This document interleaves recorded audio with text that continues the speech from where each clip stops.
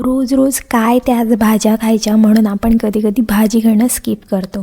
कधी पालेभाज्या नसतात, कधी फळभाज्या नसतात आणि त्या नसल्या की आपण कडधान्य खातो. आता कडधान्य तरी किती खाणार ना.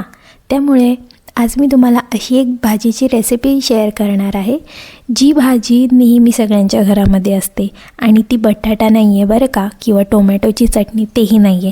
काय आहे ते तर मी तुम्हाला सांगते, बट त्याआधी मी देवाला दिवा लावून घेतला. खरं तर आजचा व्लॉग दिवसा नाही तर संध्याकाळपासून सुरू करते आहे आणि आज मी तुम्हाला जी भाजी सांगणार आहे त्यासाठी आपल्याला पूर्वतयारी अगदी कमी करायची आहे. फक्त आणि फक्त 2 स्टेपमध्ये तुमची पूर्वतयारी होणार आहे. पहिली स्टेप आहे बारीक कांदा चिरायचा किंवा मध्यम साईजमध्ये तुम्ही त्याला कट करून घेऊ शकता आणि कांदा थोडं जास्त प्रमाणात असला तर अधिकच उत्तम.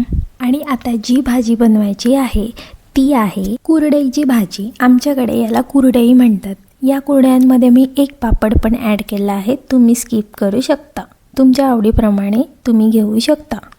मग सांगा बरं, ही 12ही महिने आपल्याकडे असणारी भाजी आहे की नाही. कुरडया गरम पाण्यामध्ये भिजत आहेत तोपर्यंत आपण एका साईडला भाकरी करून घेतली आणि त्याच नंतर आपण लगेच कढईमध्ये कांदा परतून घेतला अगदी मीडियम गॅसवर आणि असा तो कांदा होईपर्यंत शिजू दिला आणि त्यानंतर तिखट टाकलं, हळद टाकली आणि फक्त मीठ टाकलं. हे 3 साहित्य टाकले आणि कुरडया टाकून दिल्या आणि अशा प्रकारे आपली भाजी तयार झाली. ही भाजी जास्त शिजवू नका, नाही तर त्याच्यातला मऊसूदपणा निघून जाईल आणि खायला फारशी मजा येणार नाही.